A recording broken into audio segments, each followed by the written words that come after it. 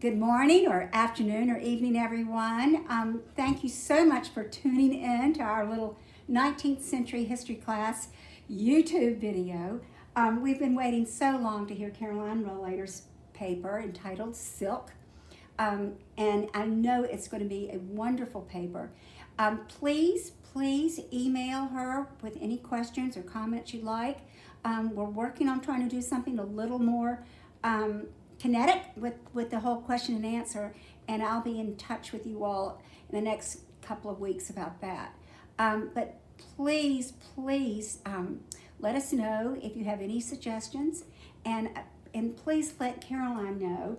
One of the things I realized with Libby is that one of the most fun things to do at 19th century is to give all our paper presenters a great a round of applause, and they're not getting to hear that. So I'm sure you all are probably clapping in your mind or smiling as you listen to these papers, but please just drop a quick little line to Caroline and Libby and all of our other video presenters. I think it would mean a great deal to them since they can't hear your applause. So thank you so much for tuning in, and with that, we'll give it to Caroline. Oh, and I should have mentioned this is Caroline's maiden voyage, Yes. her first paper for 19th century history class for the year 2020. So thank you so much, and Caroline, the floor is yours. Great, thanks. So about a year ago, in preparation for the study, I read the novel Silk, which is really a work of romantic fiction, but there was a description in there that they repeated over and over again, and it highlighted a journey from the west to east and back again, taken by a silk merchant from France in 1861 in search of the eggs of the silkworm. As I read the description of what sounded like an arduous route, I was intrigued by the distance man would go to perpetuate the production of a luxury good. I will start by reading the description of this journey from Central Europe to the other side of the world to bring back the genesis of silk. He crossed a border near Metz, traveled through Württemberg and Bavaria, entered Austria, reached Vienna and Budapest by train, and continued to Kiev. On horseback, he traversed 2,000 kilometers on the Russian steppe, crossed the Urals into Siberia, and traveled for 40 days to reach Lake Baikal, which the people called the sea. He followed the course of the river Amur, skirted the Chinese border to the ocean, and when he arrived at the ocean, he stopped in the port of Saarbrück for 11 days, until a Dutch smuggler's ship carried him to Cape Terraria on the western coast of Japan. On foot, taking secondary roads, he went through the provinces of Ishikawa, Toyama, Nagata, and entered Fukushima, reached the city of Shirakawa, rounded it on the east side. He waited 2 days for a man in black who blindfolded him and led him to a village in the hills where he spent one night, and the next morning he negotiated for the purchase of eggs with a man who did not speak and whose face was covered by a silk veil. So if that arduous reading is anything that describes how one would get from A to B to find some silk, I was intrigued. Silk has for centuries been considered one of the world's most desirable fabrics. The ancient Chinese considered it such a valuable commodity that they kept the secrets of how it was made for thousands of years. It was only by taking dangerous overland routes that silk fabric and the knowledge of the production of silk reached Central Asia, India, the Middle East, and eventually Europe.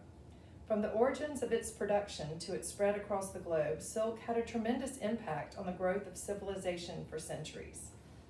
Silk is actually an animal fiber that is used as the building material for cocoons. The fiber that is predominantly used in the production of silk is limited almost entirely to the filament of the domesticated silkworm. Silk farming, which is called sericulture, is believed to have started in China around 3000 BC. Sericulture is the production of raw silk by means of raising caterpillars, otherwise known as larvae, and from the filament of their cocoons, creating a yarn. The production of silk is actually a two-part process, the first one being the care of the silkworm from the egg stage through the completion of the cocoon. The second part is the production of the mulberry tree that provides leaves upon which the worms feed. There are over 500 different types of silkworms, but the Bombyx mori species is the most commonly used in the silk industry because its silk is smoother and stronger than the silk of other worms. These caterpillars continually eat the leaves of the mulberry tree as they grow. The mulberry tree is native to central and eastern China, but can now be found in Europe and North America. White mulberry trees can grow in varying climates from tropical to temperate regions. In the spring, white buds form on the trees that in about 3 weeks transform into leaves that can be harvested to feed the caterpillars. To produce 2 pounds of silk, 229 pounds of mulberry leaves must be eaten by 3,000 worms. As a point of reference, it takes about 5,000 silkworms, to make a pure silk kimono. Raising silkworms on farms or factories takes many hours of careful work. Silkworms must be kept at a constant temperature. Freshly laid eggs are usually kept refrigerated to keep the eggs from developing. They are thawed when the mulberry trees begin to bud.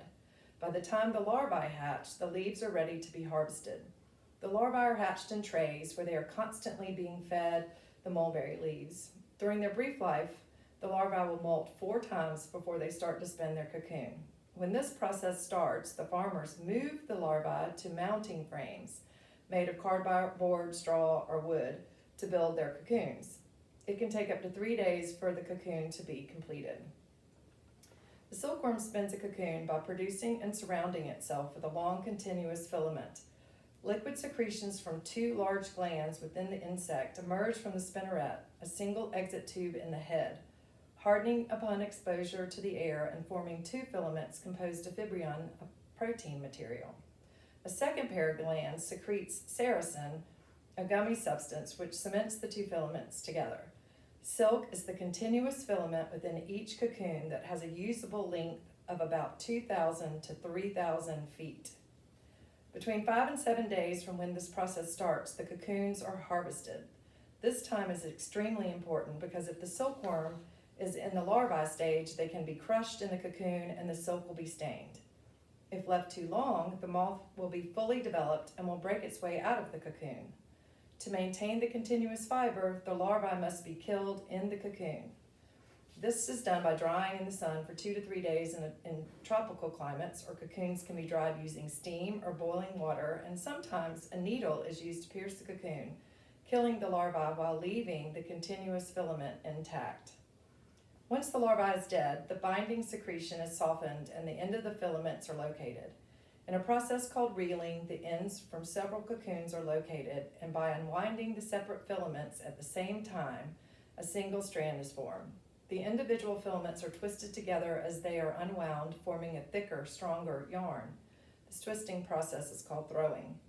Various yarns can be produced with differing strengths based on the amount and the direction of the twist. The shorter lengths of yarns made from the filament of damaged cocoons or filaments broken off during the process is also used to create what is called spun silk. None of the precious fiber is wasted. At this point, what remains of the sericin is still on the yarn. This is what we call raw silk. The gummy substance affords protection during the processing and is usually retained until the yarn is ready to be woven into fabric. When the yarn is ready for weaving, the sericin is removed by boiling the silk in soap and water. Once it is removed, the silk fiber is soft and lustrous and light. By the removal of the sericin, its weight has been reduced by as much as 30%. The shimmering appearance of silk is due to the triangular prism-like structure of the individual fiber, which allows the silk cloth to refract light at different angles. Silk is a very versatile fabric. Raw silk is strong and can resist breakage when subjected to weight. Silk is lower in density than such fibers as cotton, wool, and rayon. It keeps the wearer warm in the winter and cool in the summer. It is a moisture absorbent and can retain about 1/3 of its weight in moisture without feeling damp, which makes it perfect for humid climates. Silk yarns hold dyes more efficiently than cotton, wool, or linen. It is more heat resistant than wool, decomposing at about 350 degrees. However, silk loses its strength over a long period of time without appropriate storage conditions and tends to decompose with extensive exposure to sunlight. The earliest surviving example of silk fabric dates from 3630 BC. Sericulture was an important feature of the early rural Chinese economy, and the techniques used in its production were were a tightly guarded secret for some 3,000 years. According to an imperial decree, anyone who revealed the secret to a foreigner faced execution. These effects were largely successful in guarding the secret. Even in the early years of the 1st century, people in the West believed that the silk grew on trees. The origins of silk production is uncertain. Legend has it that Lei Zhu, the wife of the mythological Yellow Emperor, taught the Chinese people the art of making silk. The story goes that one day, Lei Zhu accidentally dropped a silkworm cocoon into her tea, and the hot water from the drink loosened the silk cocoon into one long, continuous, soft fiber. She decided to weave the fiber into a beautiful piece of cloth. Pleased with the results, she taught the people of China the process of silk making. Silk weaving became a major industry and one of China's chief exports. The caravan route across Central Asia, known as the Silk Road, took Chinese silk to Syria and on to Rome. The first evidence of long-distance silk trade was the finding of silk in the hair of an Egyptian mummy dating from 1070 BC. In the 4th century BC, the Greek philosopher Aristotle mentioned that sericulture was being practiced as far west as the island of Kos. However, the art must have been lost to the west, as there is no further evidence of it being produced there until its reintroduction in the 6th century CE, when silk production reached Europe via the Byzantine Empire. Legend has it that a pair of Nestorian monks visited China in 552, that would be AD, concealed some silkworms and mulberry seeds in their bamboo walking sticks. They smuggled them back to Constantinople, the capital of the Byzantine Empire, and silk production in the West was born. While once a tightly held secret in ancient China, the practice of sericulture eventually spread across the globe. By 1100, silk production had spread to Europe. The silk industry was established first in Spain by the Moors, who came over from North Africa. The Moors had learned how to make silk from the Arabs and spread the knowledge along with the Muslim religion. The first major production center in Europe was in the Italian city of Catanzaro in the region of Calabria during the 11th century. The silk from Catanzaro supplied most of Europe at that time. Silk production branched out into Lucca beginning in the 12th century, as well as other Italian cities such as Genoa, Venice, and Florence. Silk production moved into France during the 15th century and was centered on the city of Lyon. By 1600, France had become a leader in silk production. Many of the mechanical tools used for the mass production of silk came out of this region. In 1800, a loom was invented that wove silk into decorative patterns, a task that was previously taken many workers to achieve. In 1850, disaster struck the French sericulture industry. The silkworms developed spots and died or were unable to spin the cocoons. This was the setting for the novel Silk that I mentioned earlier. The French scientist Louis Pasteur was brought in to investigate the cause, and after 2 years of studying the worms and their environments, he found that the silkworms had become infected with a disease. Pasteur's groundbreaking theories on contagion and diseases saved the silkworm industry in France and Europe. In England, James I purchased and planted 100,000 mulberry trees on land adjacent to Hampton Court Palace. Unfortunately, the species of mulberry tree was unsuited to the silkworm, and the attempt failed. But England would come to have a bustling silk industry. In the mid-1700s, the first water-powered silk mill was opened in England. King James also sent mulberry trees to the colonists in Jamestown, Virginia, in hopes that they could supply England with the raw material it needed for its silk weaving industry. In the early 1830s, the United States government put out a brochure encouraging people to raise silkworms. At the time, America was looking for a new cash crop. The growing of mulberry trees became the craze. By 1839, however, speculation hit the industry and many people began buying and selling mulberry trees until the year's harsh winter damaged the trees. This did not end the production of silk in the U.S., and silk mills thrived in the Northeast starting in the 1890s. Prior to the expansion of production to the West, silk became a major resource for trade from China with its neighbors and beyond. The silk trade reached as far as the Indian subcontinent, the Middle East, Europe, and North Africa. In the ancient era, silk from China was the most lucrative and sought after luxury item traded across the Eurasian continent, and many civilizations, such as the ancient Persians, benefited economically from this trade.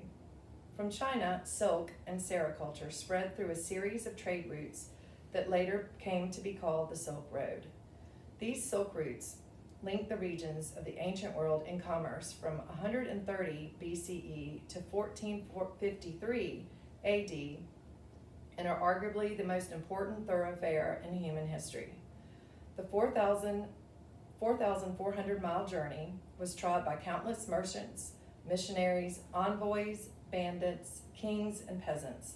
It provided a conduit for the trade in luxury goods from the east to the west, but perhaps most importantly, it was the artery for ideas and a driving force in the exchange of culture and technology across Eurasia. Trade routes beginning in the Chinese capital of Shangan led west across Asia, Central Asia, the Middle East, and eventually reached the storied shores of the Mediterranean. And I don't know if we can look at this map, Yes, because I think it would be important right now to just kind of look at it for a second. But where we're starting is here is Shangan, way over towards the, I guess it would be the western edge or eastern edge of the Chinese empire at the time.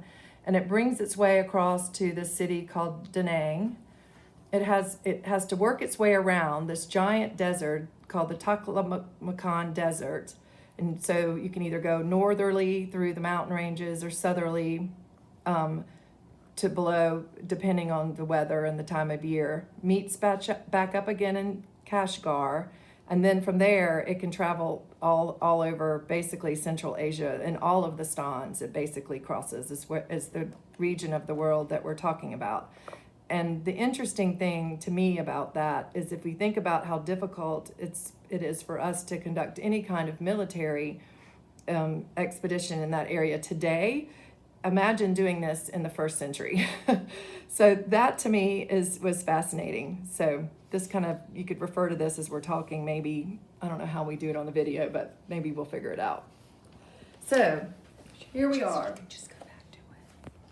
Yeah, no, I think it as you read, I think it would be interesting if you can actually, after I finish, then you can go back and look at the map, because I think it would be informative. So it provided yes. The Silk Road was not actually a road as we think of them today, but as you can see from the map I showed you, it was a stretch of shifting unmarked paths across massive expanses of deserts and mountains. There are portions of these routes that predated the 1st century BCE. The portion that ran from North Persia, modern-day Iran, to the Mediterranean and Asia Minor, modern-day Turkey, was actually part of the Persian Royal Road. This route was established between 500 and 330 BCE and was built to allow access to the conquered cities across the Persian Empire.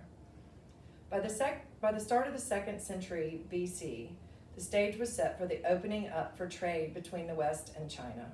The settlements on the northern and western borders were constantly under attack from the neighboring nomadic tribes. In 130 BC, the Han Dynasty emperor sent an explorer to the border to form alliances with the people living there. Unfortunately, his first attempt at establishing trade with the nomadic tribes failed, but a second journey was made in 119 BC, and this time he did not go empty-handed. He took 300 men, 600 horses, gifts, and goods. One of those gifts was silk, and it is believed to be the first time such a large quantity of silk was traded out of China. As the silk trade grew, Chinese silk farmers began to make silk especially for export on this newly opened trade routes. The farmers could send bolts of silk fabric from the countryside to the capital Shangan to be stored to wait for trade caravans that would be heading west. These caravans consisted of groups of merchants that traveled together for safety.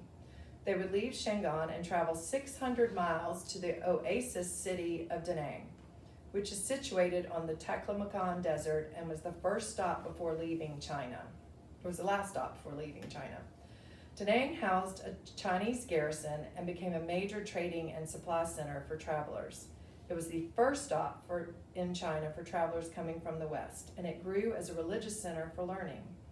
Evidence has been found in Da Nang showing texts that represented a diversity of languages such as Chinese, Tibetan, Sanskrit, Khoatanese, Magyar, Sogdian, as well as a Hebrew prayer. The Silk Road did not have one path, but many, depending on the geopolitical circumstances, weather, and geography. Once it reached Da Nang, it was divided into two main routes, the northern and the southern route. The northern route started in Shangan and traveled northwest. It split into two routes when it reached the Taklamakan Desert, following the mountain ranges to the north to rejoin in Kashgar, itself at the junction of four mountain ranges, including the Himalayas and the Hindu Kush.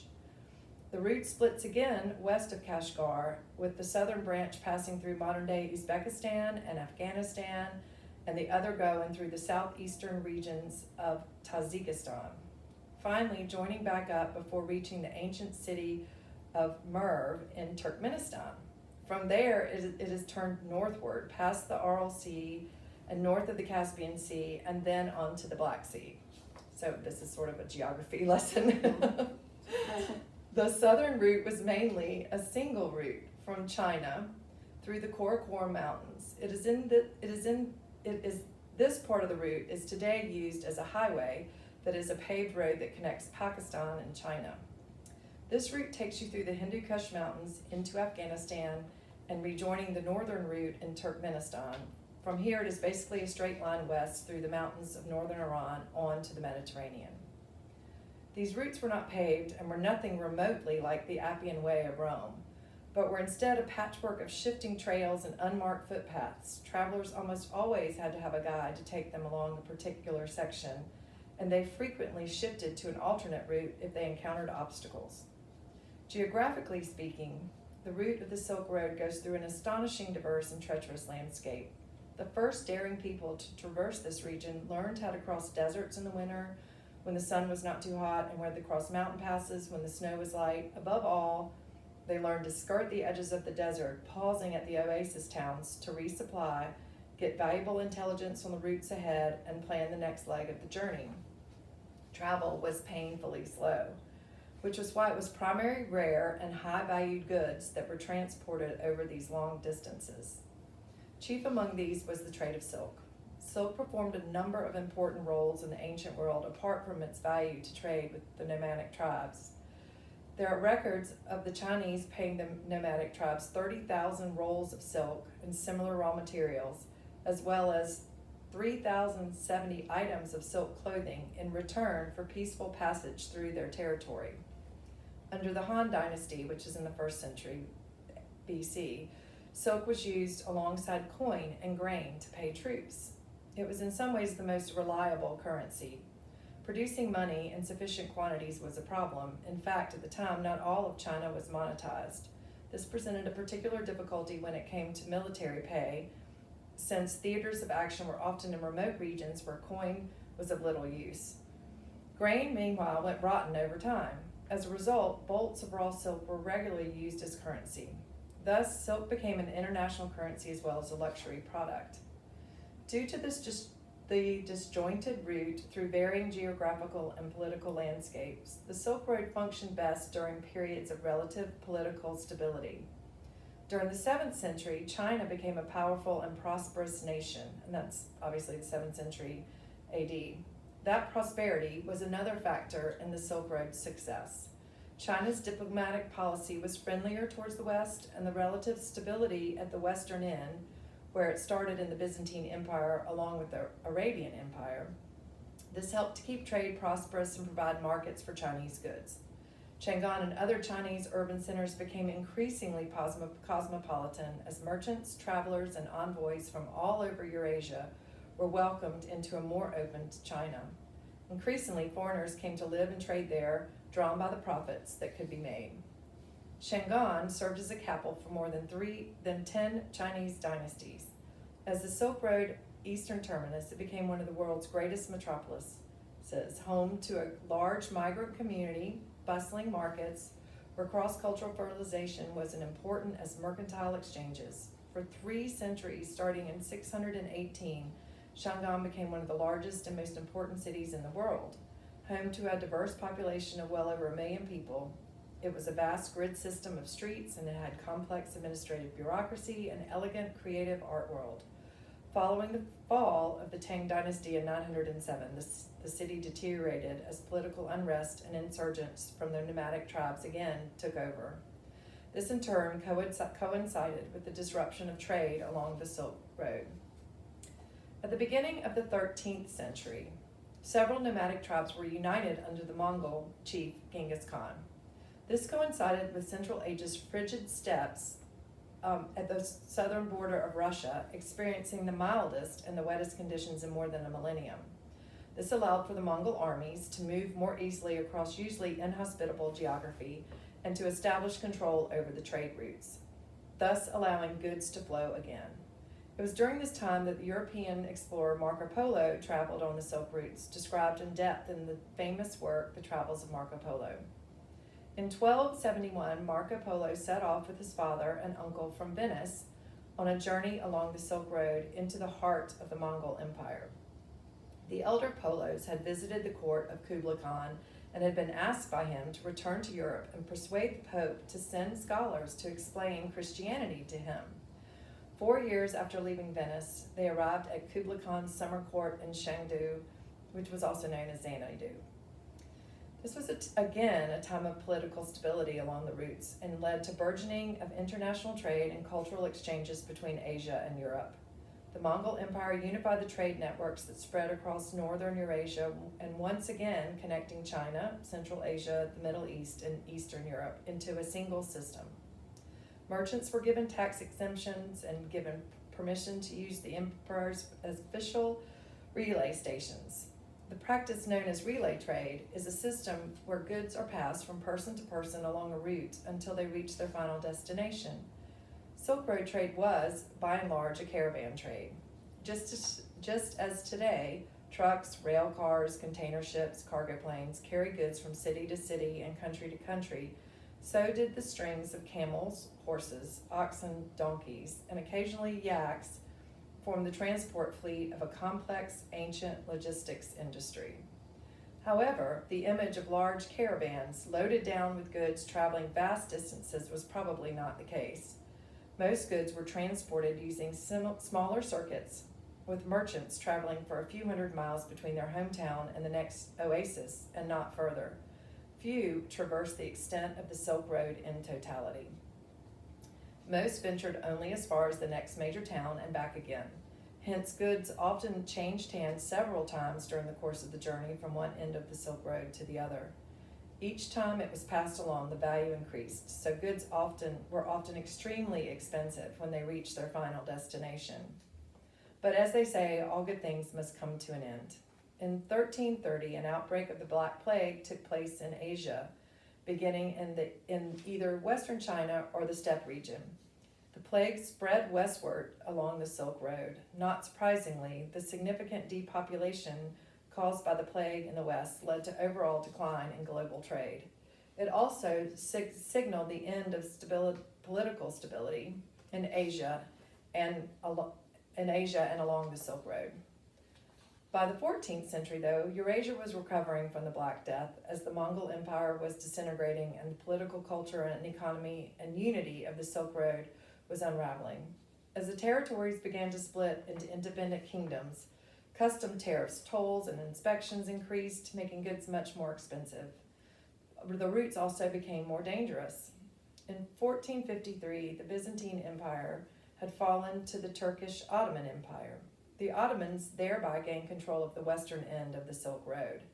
This led to the virtual closure of the Silk Road as the Ottomans cut ties completely with the West. By this time, the Europeans, though, had grown accustomed to the goods from the East, and this forced a search for alternate ways to trade. The closure of the land routes initiated the Age of Discovery, dating from 1453 to 1660, which would be defined by European explorers taking to the sea to replace the overland routes.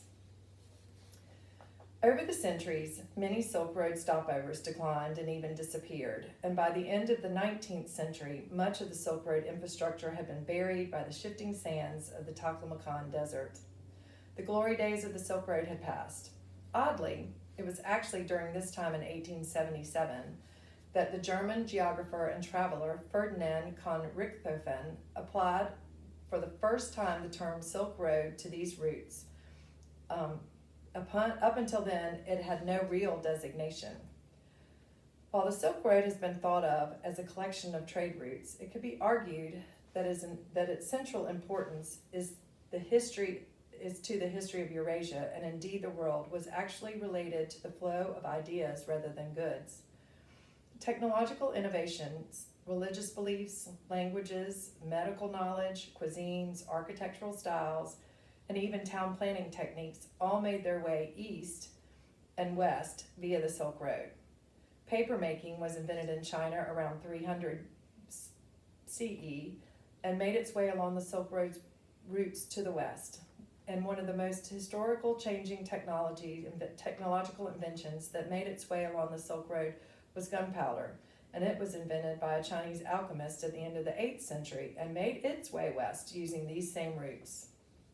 In the centuries leading up to the opening of the Silk Road, the people of Eurasia followed numerous different religions. At the western end, many worshiped the god and goddesses of the Greco-Roman and Egyptian pantheons, while others followed faiths of the Persian origins. Jewish merchants and settlers spread Judaism beyond the ancient kingdom of Israel and Judea. In China, at the eastern end, ancestor worship was common among the ruling class. Over time, these religions, as well as new religions, developed and were spread along the trade routes. Pilgrims and missionaries from a variety of faiths regularly journeyed along the Silk Roads, often accompanying trade caravans for protection. Traveling merchants were also responsible for the spread of religions. The Sogdians, in particular, were instrumental in the dissemination of all the major Silk Road faiths. This included Zoroastrianism, Buddhism, Christianity, and Islam. The major towns along the routes hosted mosques and shrines so that the travelers could continue their religious practices while on the road. The spread was not always a peaceful process. The Muslim conquest of most of Central Asia in the end of the 1100s virtually ended the practice of Buddhism in the land where it was born. This conquest cemented the dominance of Islam that is still a stronghold in the region today. The transmission of ideas along the Silk Road was visually represented by the regular exchange of artistic styles and motifs that took place over the centuries. Interaction between the Hellenistic, Iranian, Indian, and Chinese artistic styles are evident in everything from paintings, murals, statuary, porcelain, and glass. Textiles, in which woven silk fabric was a major contributor, represented the melding of these styles. You began to see the forms and motifs from varied cultures merged into the designs on silks and in carpets and rugs. Each time an artistic tradition spread out across Eurasia, it took on local and regional characteristics, leading to a complex mix of styles. The significant proportion of the art on the Silk Road was religious in origin, with emphasis on Islam and Buddhism. From the early days of the Silk Road, we find examples of Greco-Buddhist interaction, and when the Islamization of the Silk Road started in the 8th century, with it came a wave of artistic influence. Textiles were a major medium for the transfer of these styles, and in the early days, Chinese silk weavers would incorporate Persian motifs into their designs as well. Much of the trade along the Silk Road took the form of luxury goods coveted by the wealthy. While the artworks were traded along the route, the movement of the artists themselves was another important transmission of artistic styles. Professional artists were commissioned to work in foreign countries by local rulers, religious institutions, and wealthy patrons, thus bringing their unique artistic styles with them along the routes. So what started as a means for trading goods, such as silk from China to the West, grew into something much bigger. Perhaps the greatest value of the Silk Road was the exchange of culture. Arts, religion, philosophy, technology, language, science, architecture, and every other element of civilization was exchanged along these routes. This massive exchange of information was carried along with the commercial goods by the merchants from country to country. It could be said that it's established the groundwork for the development of the modern world. This modest non-road became one of the most transformative superhighways, one that transmitted much more than simply trade goods. In 2014, UNESCO designated a 3,000-mile section of the Silk Road stretching across 3 countries from the ancient capital of Shangan through Kyrgyzstan and into Kazakhstan.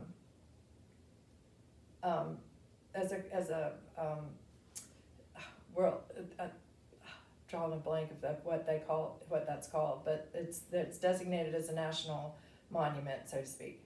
I would suggest that all of this could be traced back to the origin of silk. It was the catalyst for expansion, not only physically connecting peoples and cultures, but expanding them as well. The end. Ta-da! Fantastic. Thank you. Fantastic. Thank you. And are we still rolling, Adelaide? So anybody has any questions, please call her. And I just have to say, I have never heard anyone read so many difficult to pronounce words and not stumble one time. So I don't know. I think it's a first. So thank you, Caroline. We enjoyed it so much. All right, everyone. See you soon. Bye-bye. Be well.